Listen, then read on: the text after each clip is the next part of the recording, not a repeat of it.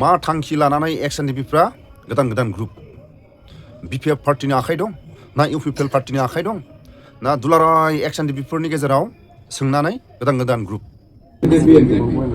राजनिति होननायजों साना नैबे आफादखौ गोदानै दादों दिनै नैबे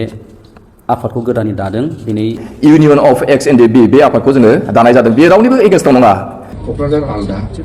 चिराङा आलदा बेबायदि दाफै मानसिफोरनि लिस्टआ माने एखमबा रिजाल्ट दावफैयो एखमबा पास होयो बिदि जानो नाङा बिदिबो जायोना नोंसिना BPF ओंखारग्रा NDFBफोरनो माबाखौ होआखै नामानो जाखाखिलायनो मा जाखो बिदि दाजाथार एकदम दाजा NDFB राजनिति होननायजों साना आङो BJPखौ मोजां मोनदों आं BJP खालामदों आं कंग्रेसखौ मोजां मोनदों आं कंग्रेस खालामदों जाथिनि बेलायाव जों खौसेथि চিনিয়ে নাপাব ঠিকনা দিলেও চিনি নাপাব ইমান খেলিছে ইমান ভৰাই দিছে হেপি হলি खेलखौ फेजेननाय जादों जोंजों थाफाग्रा जोंजों सरकार सामलायग्रा जोंनि साखाथि फाखाथि थाग्रा माखासे मानसिफ्राबो हेंथि माखासे थासारि सोमजिहोनानै जोङो थांनाय बिसायख'थिया गाज्रि जानो गोनां जादों UPPL দলে BPF আৰু UPPL দলে নিজৰ ভিতৰত যাতে আলোচনা কৰিব পাৰে তাৰ কাৰণে মই দুইটা দলকে অনুৰোধ কৰিছোঁ কিন্তু বড়ো ৰাজনীতিত মই প্ৰত্যক্ষভাৱেতো সোমাব নোৱাৰোঁ কিন্তু মই প্ৰমোদ বড়ো ডাঙৰীয়াকো কৈছোঁ যে আপোনালোকে মিলামিছা কৰক হাগ্ৰামা মহিলাৰী ডাঙৰীয়াকো কৈছোঁ মিলামিছা কৰক ফলাফল কি হ'ব সেইটো আমি তেওঁলোকৰ পৰাহে জানিব পাৰিম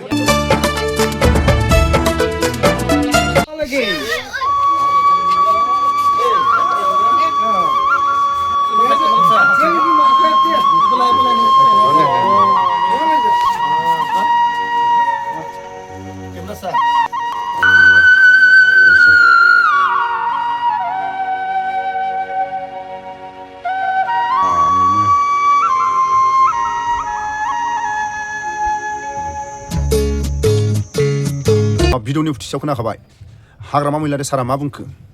राजनितिकनि कालसारानो आलादा जायफोर गावनि आंगो लोगोफोरनि खौसेथि समाजनि मावनो गोनां खामानि जायखिजाया समाजनि खामानि मावनो दायथ' लानाय बे आलादा कालसारखा दा जोंनि माखासे सिनियर जुनियर EX NDFBफ्रा जायफोर साफा सानै बिटिआर सान्थि शक्तिसिम जायफोर आफादाव नांथाबनानै जायफोर थाबोदों बै गेदेरमाखौनो होन जायफोर साफा सानै सिनियर जुनियर होन जोंल' EX NDFB जोंल' बिटिआर सान्थि शक्तिसिम नांथाबनानै लाबोग्रा EX NDFB हिर' बेबायदि साननानै लायो नाथाय दिनैनि सोलिबाय थानाय समाव सोरबा UPPL सोरबा BPF सोरबा BJP कंग्रेस जायखिजाया दलखौ मोजां मोननानै जायफोर गोरोबनानै जाय सरकारजों दं बिथांमोना सरकारनि एसे आलादा साइडआव थानानै जायफोर मावनो दायथ' लादों जायफोर खुंथायाव दं बिथांमोना मालाबा मावै खामानिखौ मावदों मावथारै खामानिखौ जों मावबाय आरो मावखानाय खामानिखौ जों मावथ'वाखै बेबायदि राजनितिकनि माखासे गेदेरमा दैदेनगिरिफोरनि राजनितिक डायलगा दा बेफोरखौ मावै खामानिखौ मावदों मावथारै खामानिखौ जों मावगासिनो दं बेबायदिखौ आसि थुनो थाखाय जायफोर खुंथायाव दं खुंथायाव गैयैजोंबो माखासेया थानांगोन आरो EX NDFBआ BPF पार्टीजों सापर्ट होनाय होयै बे खुनु खोथा गैया सोरबा UPPL पार्टीजों सापर्ट होनाय होयै खोथा गैया सोरबा कंग्रेस BJPजों सापर्ट होनाय होयै खोथा गैया EX NDFBनि मोननो गोनां मावनो गोनां बिटिआर सान्थि शक्तिनि दफायानो आलादा बा BTC एकर्डनि दफाया आलादाखा दा बैफोरखौ जायफोर गादियाव दं बिथांमोनजों जोंल' सान्थि शक्तिसिम थानायावल' EX NDFB जायफोर साननानै लादोंबा बे भुल जागोन बिनि थाखायनो आं खावलायो दिनैसिम जों नुबाय थादों जायफ्रा बिटिआर सान्थि शक्तिनि एकर्डनि सिगां दावहा नांख्रुबनानै सोरबाया रिटायार लाबाय सोरबाया मावनो हायैयाव डिसार्ज लाबाय सोरबाया हमजानानै थाबाय सोरबाया गुलि सुलि नांजानानै थाबाय जायफ्रा गोदान टिम बानायबाय थायो बै सिनियर जुनियरफोरनाव रावनावबो सोंस्लुआ सोरबा रिटायार लानाय सोरबा डिसार्ज लानाय बै गेदेरमाफोरनाव सोंस्लुआ स्ट्रं अबेबा पार्टिजों गनायजानोबा सोरबा BPF पार्टिजों गनायजानो लुगैदोंबा सोरबा UPPL पार्टिजों गनायजानो लुगैदोंबा सोरबा कंग्रेस BJPजों गुबुन गुबुन माखासे राजनितिक हान्जाजों गनायजानो लुगैदोंबा दुलाराय EX NDFBफ्रा स्ट्रं जानांगोन। दावफ्लेबाय थानाय गोदान गोदान टीम जाय बै पार्टिनि लिडारा बे खुंथायाव थाजासिम गावनि लुगैनाय गावनि मालाबा समाव नांगौखिनिखौ माखासे टीमखौ लानानै थाइसे थाइनै हेफाजाब मोननो हागौ। नाथाय दुलाराय EX NDFBफोरनि थाखाय आरो जायफोर रायजो राजाफ्रा EX NDFBफोरनि मावनाय खामानिखौ नेनानै दं जाहाथे EX NDFBफ्रा सानसे समाव रायजो राजाफोरजों थानानै दुखु दाहा एखे लोगो गामियाव ओंखाम जादों गामियाव थादों सोरबा गावथार जादों एखे लोगो रायजो राजाफोर लोगोसे मालाबा समाव आर्मि पुलिस फैनाय समाव खारफानो गोनां जादों एखे लोगो रायजोआबो खारफादों EX NDFBआबो खारफानो गोनां जादों अबेबा गामियाव थानानै बै रायजो राजाफ्रा नेनानै दं जायफोर एखे लोगो दुखु दाहाखौ मोनबोदों। नाथाय ग्रुपआनो गोदान सोरनि आखाइ दं? हाग्रामा महिलारि सारनि आखाइ दं ना प्रमद बर' सारनि आखाइ दं ना गुबुन गुबुन माखासे पार्टिनि आखाइ दं? दुलाराय EX NDFB सोरबा सारेन्डार जानानै थानाय सोरबा रिटायार जानानै थानाय सोरबा भलन्टियार जायफोर मावनो हायियाव ओंखारनानै थानाय मालाबा समाव आर्मि पुलिसजों हमजानानै बुख्रुब जानानै न'आव जिरायनानै थानाय दुलाराय EX NDFBआ बिटिआर सान्थि सुक्ति जायैनि सिगां जायफोर ओंखारनानै थानाय सानसेबाबो साननैबाबो EX NDFBफोरखौ हेफाजाब होनाय बिटिआर सान्थि सुक्तिसिम थानाय गासैबो खौसे जानांगोन। नों आलादा आंनि टीमा 100 जन आंनि टीमा 200 जन आंनि टीमा 1000 आंनि टीमा 2000 बेबायदि गावस्राबाय थानानै मावनो गोनां खामानिफ्रा जागोन ना? नाथाय नों आंहा बुंनो हानाय अधिकार गैया। जाथिनि खामानि मावनो गावनि आंगो लोगोफोरनि खामानि मावनो बिटिआर सान्थि सुक्तिनि खामानि मावनो गोदान टीम दानो गोनां जानाय बा दानाय गोदान माखासे राजनितिक हान्जाजों थाफानानै खामानि मावनो टीम दानाय नों आंहा बुंनो हानाय अधिकार गैया। बयहाबो मोन्थाय दं। नाथाय फिसा ग्रुप दायोबा बोलो मोनो। जायफोर राजनितिक गेदेरमा दैदेनगिरिफ्रा बोलो मोनो। दुलाराय EX NDFBफ्रा सानसे मावनाय साननै मावनाय जेसेबां EX NDFBफ्रा खस्थ' लाबोदों EX NDFB जोनोम जानायनिफ्राय बिटिआर सान्थि सुक्तिसिम गासैबो खौसे जानो हानांगोन। सोरबा सारेन्डार सोरबा डिसार्ज लानाय सोरबा रिटायार लानाय सोरबा बुख्रुब जानानै जिरायनानै थानाय जायफोर EX NDFBनि मुङाव जोबथेसालियाव दोनजानाय रायजो राजाफ्रा EX NDFBखौ मोजां मोननानै दिनैसिम नेनानै दं गासैबो गथा जानो हानांगोन। EX NDFBनि पावारखौ देखायनोबा थाइसे थाइनैनि लब जानानै नाथाय जों नुगासिनो दं फिसा ग्रुप दानानै मा इउनिटि जादों। टेबोल सौलायनो हानाय खौसे जानांगोन। सोरबा गोहो खुंथायाव थानाय सोरबा कंग्रेस BJP सोरबा BPF UPPL जायफोर खुंथायाव थायो बिथांमोनखौ आसि थुनानै लेखा गोरोंफ्रा BTC एकर्डनि सायाव बिटिआर एकर्डनि सायाव बेफोरखौ आसि थुनानै बुंनो जायफोर लेखा गोरोंफ्रा बिबानखौ लानांगोन। गोदान टीम दानाय मा हाग्रामा महिलारि सारा दानो थोनदों नामा? प्रमद बर'आ दानो थोनदों नामा? EX NDFBआ सोरबा पार्टिखौ सापर्ट होयै आलादा बेनारखा मोननो गोनां मोन्थायखौ मोनखागोन। जायखिजाया खुंथायाव थाया मानो समाजनि खामानिखौ मावखानांगोन। बै गामिया UPPL बै लामाया UPPL थाबायग्रा बै लामाया गुबुन हारि थाबायग्रा जों मावा होननानै बुंनो हागोन नामा? जायफोर खुंथायाव दं सोरबा खुंथायाव थानाया बुंनो हागोन नामा बे लामाजों UPPLआ बांसिन थाबायो बै गामिया UPPL बुंनो हागोन नामा बै गामिया गुबुन हारि जों मावा होननानै बुंनो हागोन नामा? मावखानांगोन। जायखिजाया खुंथायाव थानाया मावखानांगोन। EX NDFBफ्रा थुख्रा जानो दरखार गैया। दुलाराय EX NDFBफ्रा खौसे जानांगोन। EX NDFBआ गावनि मावबोनाय रायजो राजाफोरजों एखे लोगो दुखु दाहा लाबोनाय रायजो राजाफ्रा नेनानै दं। EX NDFBफोरनि खुंथायाव फैयोबा रायजो राजाफ्रा माबा मोनसे मोनगोन। जायफोर प्रमद बर'जों खुंथायाव दंमोन बिथांमोनाथ' ओरैनो गावसिनि अबेबा बैसागु प्रग्रामाव अबेबा आलासि जानाय सोरनिबा आथिमंगल जानाय सोरनिबा हाबा जानाय सोरनिबा बार्थडे जानायावनो 5 बोसोर ओरैनो थांबाय এতিয়া আৰু বেয়া নহয় happy Holi happy Holi happy হলে হেপি হোলি আমি হোলি খেলা অহা জন্মতে হ'ব পাৰে নহয় হা এই নতুন জন্ম হ'ব পাৰে না অয়া নউঠে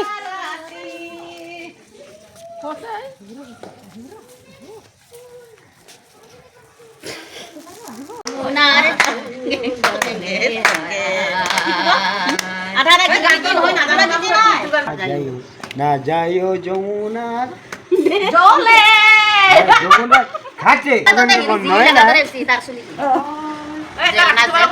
আমার ভাল কি পাহাড় পুরো সাইকেলে রং এই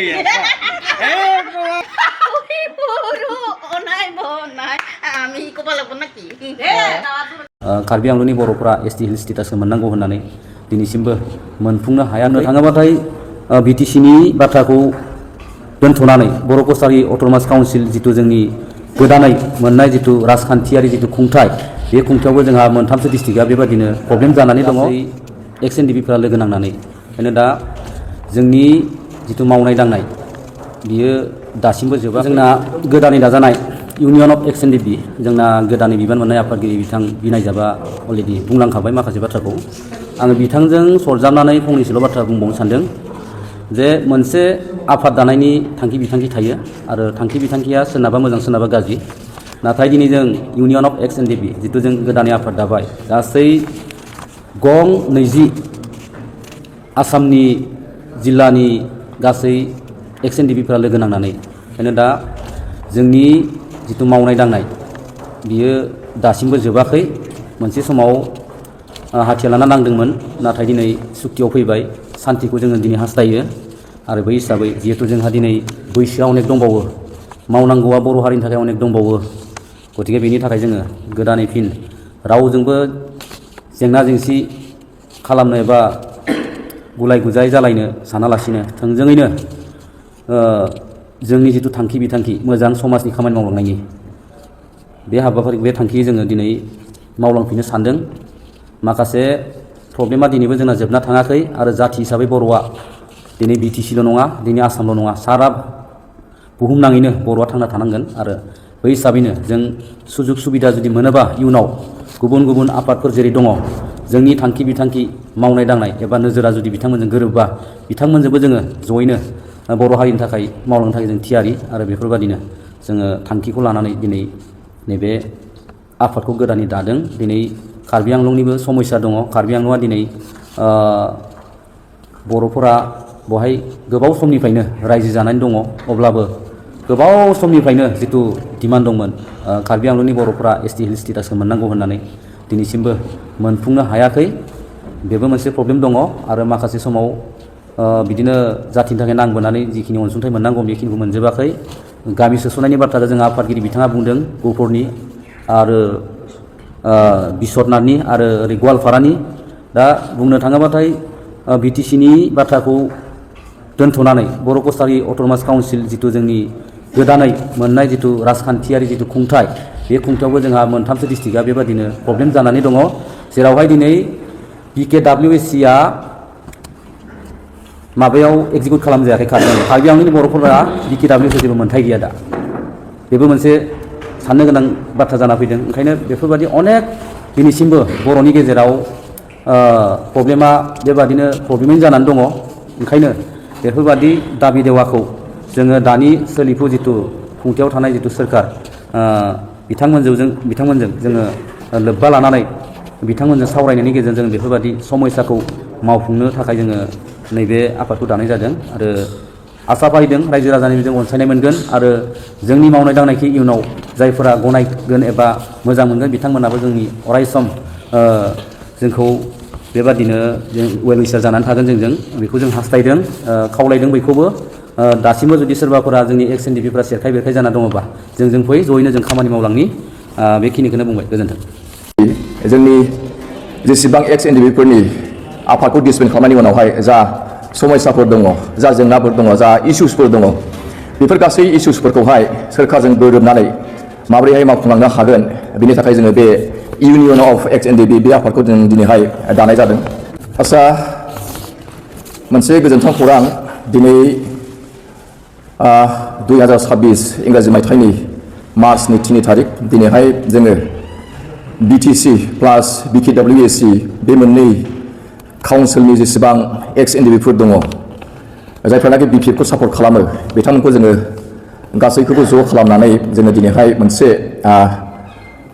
एक्स एनडिएफबिफोरनि मोनसे जोङो इउनियन दादों। इउनियना जोबोद खोनानायाव गोरलै आरो जोबोद गुसुं आरो जोबोद सिम्पल जोङो नाम होनाय जादों बे इउनियननि नामखौहाय। इउनियननि नामानो जाहैबाय इउनियन अफ एक्स एनडिएफबि। जोंनि जेसेबां एक्स एनडिएफबिफोरनि आफादखौ डिसबेन्ड खालामनायनि उनावहाय जा समस्याफोर दङ, जा जेंनाफोर दङ, जा इसुसफोर दङ, बेफोर गासै इसुसफोरखौहाय सोरखारजों गोरोबनानै माबोरैहाय मावफुंलांनो हागोन, बेनि थाखाय जोङो बे इउनियन अफ एक्स एनडिएफबि बे आफादखौ जों दिनैहाय दानाय जादों। बे आफादा अरायसम सोरखारजोंनो थानानै खामानि मावलांबाय थागोन, जाहाथे जोंनि फारसे जोंनि एक्स एनडिएफबिफोरनि जा समस्याफोर दङ, बेफोर समस्याफोरखौहाय जाहाथे सोरखारा मावफुंलांनो हायो, बेनि थाखाय जोङो सोरखारजों अरायसम थाबाय थानानै जोङो खामानि मावलांबाय थागोन। जोंनि समस्याफोर माखासे दङ, बेफोरनो जाहैबाय जोंनि जा केसफोर दङ, बे केसफ्रा दिनैसिमहालागै सुफुंजायाखै, जोबाखै, खालास जायाखै जोंनि केसफोरा। मालाबा बिदिनो वारेन्ट फैयो, मालाबा एरेस्ट वारेन्ट फैयो, बेबायदिनो सम फैगासिनो दङ। आफादखौ डिसबेन्ड खालामनायनि सिगाङावहाय जायफोरनाखि जेलनिफ्राय गबोदोंमोन जोंनि एक्स एनडिएफबि जोंनि लोगोफोरा, नाथाय आफादखौ डिसबेन्ड खालामनायनि उनावबो बिथांमोननि केसा सोलिगासिनो दङ आरो दिनैसिमबो वारेन्ट फैनानै, मालाबा एरेस्ट वारेन्ट फैनानै जोंनि एक्स एनडिएफबि जोंनि सोद्रोमाफ्रा मा जादों, जेलावहाय थांफिननो गोनां जादों कर्टनि थ्रुयैहाय। बेनिखायनो जाहाथे जोंनि एक्स एनडिएफबिफोरनि जेसेबां केसेसफोर दङ, जायफोरनि मोदोमावहाय केसा नांथाबनानै दङ, सिबिआइ केसानो जायाथों मानो, एनआइए केसानो जायाथों मानो, जिखि जाया केसानो जायाथों मानो, जोंनि एक्स एनडिएफबिफोरनि मोदोमनिफ्राय जाहाथे खारलांजोबो, जाहाथे सोरखारा कर्टजों सावरायनानैहाय बेफोर गासैबो केसफोरखौहाय फोजोबो, जों उदां जानो हायो, जाहाथे जोंनि एक्स एनडिएफबिनि जा न'खरफोर खुसि जानानै जाहाथे गावबा गाव न'खराव जोंनि एक्स एनडिएफबिफ्रा अरायसम गाव गावनि बिमाफोरजों, बिसिफोरजों, गथ' गथायफोरजों जाहाथे जयैनो संसार जालांबाय थानो हायो। बेनि थाखायनो जोङो बिटिसि सोरखार आरो आसाम सोरखारजों सावरायनानै जाहाथे बे केसफ्रा जोबो, बेनि थाखाय जोङो दिनैहाय बे जोंनि इउनियन अफ एक्स एनडिएफबि बे आफादखौ जोङो दानाय जादों। बे रावनिबो एगेन्स्टआव नङा, सोरबा इउनाइटेड फराम अफ एक्स एनडिएफबि आरो सोरबा welfare association of X NDFB बेफोरनि एगेन्स्टआव नङा, जोङो बिपिएफ सापर्टार गोजा, जाहाथे जोङो बिपिएफनि अननायखौ मोनो। गिभ एन्ड टेक पलिसियावहाय जोङो बे खामानिखौ मावलांगोन, बिपिएफखौनो जों सापर्ट खालामलांबाय थागोन, जाहाथे बिपिएफ सोरखारा आरो बिजेपि सोरखारा जोंनि केसफोरखौहाय फोजोबनो हायो।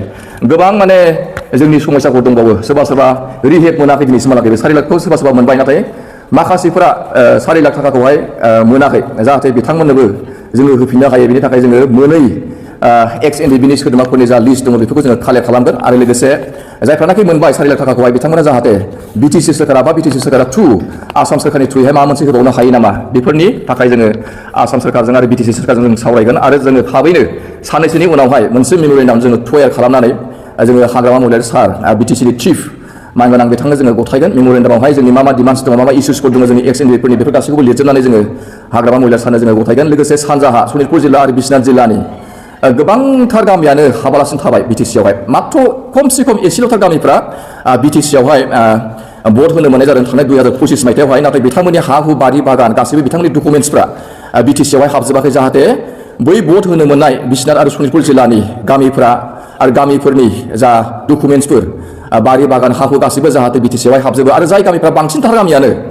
हाबाखै, जाहाथे हाग्रामा महिलारि सारा हाबै गामिफोरखौबो, बिश्वनाथ आरो सनितपुर जिल्लानि हाबै गामिफोरखौबो थाबैनो आसाम सोरखार आरो सेन्ट्रेल सोरखारजों सावरायनानै जाहाथे थाबैनो सोसनो बिश्वनाथ जिल्ला आरो सनितपुर जिल्लानि थालांनाय गामिफोरखौहाय। बेनि थाखाय जोङो हाग्रामा महिलारि सारनि बिटिसिनि चिफ मानगोनां बिथांनो जोङो मोनसे मेम'रेन्डाम लिरनानै बेखौबो जों सोफादेरनानै हाग्रामा महिलारि सारनो जोङो गथायगोन आरो गोबां इसुसफोर दंबावो जायखौ जोङो दिनै बुंनानै फोजोबनो हाया, गोबां सम नांगोन बेफोरखौ बुंजोबनो थाखाय। जायखिया बेफोर खामानिखौनो मावफुंनो थाखाय जोङो दिनैनि बे जा इउनियन अफ एक्स एनडिएफबि बे आफादखौ जोङो दानाय जादों। बे सोरखारनिबो बिरोधि नङा, बिटिसि सोरखारनिबो बिरोधि नङा आरो डिफेन्स फर्सेसनि बा जायखिजाया एडमिनिस्ट्रेटिभ लेभेलनि बिथांमोननिबो जेबो एगेन्स्ट नङा। जोङो सोरखारजों थानानै जोंनि जा समस्याफोर दङ बे समस्याफोरखौहाय जाहाथे सुफुं जायो, बेनि थाखायसो जोङो खामानि मावलांनो थाखाय, सोरखारखौ हेफाजाब मोननो थाखाय आरो सोरखारनिफ्राय जोङो हेफाजाब मोननो थाखाय बे इउनियन अफ एक्स एनडिएफबि बे आफादखौ जोङो दिनै दानाय जादों। नोंथांमोना दिनै गोदानै दानायनि बे इउनियन अफ एक्स एनडिएफबि आफादनि आफादगिरि आरो नेहाथारिखौ लानानै साबेसे सोद्रोमाया बे कमिटियावहाय दङ आरो मोनबेसे जिल्लाखौ लानानै दानाय जादों? बेवहाय जोङो दिनैहाय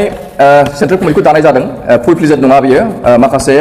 बिबानगिरिफोरखौ जोङो सायख'दों, जायफ्रानाखि गावसोरनि बिजि समावब्लाबो एसेबाबो फ्रि टाइम बर'नानै खामानिखौ मावनो हायो। बे हिसाबै जोङो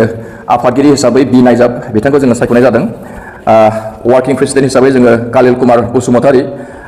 बिथांखौ जोङो सायख'नाय जादों। लोगोसे जिएस जेनेरेल सेक्रेटारि हिसाबै जों एम आवगाय बिथांखौ जोङो सायख'नाय जादों। एसिस्टेन्ट सेक्रेटारि हिसाबै जोङो सायख'दों बुगदाव उदालगुरिनि बिथाङा, लोगोसे सुनजु बरदलै बिथांखौबो जोङो एजिएस हिसाबै जोङो सायख'नाय जादों। ट्रेजारार हिसाबै जोङो बि बुन्थुम बिथांखौ जोङो सायख'नाय जादों। डिपुटि ट्रेजारार हिसाबै जोङो मिजिंथि बिथांखौ जोङो सायख'नाय जादों। गासै दिनै जा बिबान मोनबाय बिथांमोननो बिबान होबाय बेयो जादों गासै 16 जन दङ, माखासेखौ आं बुंथ'लिया। आरो गासै दिनैहाय प्रेजेन्ट दङमोन गासै 57 जन जोंनि एक्स एनडिएफबिफ्रा बेवहाय हाजिर दंफैयोमोन।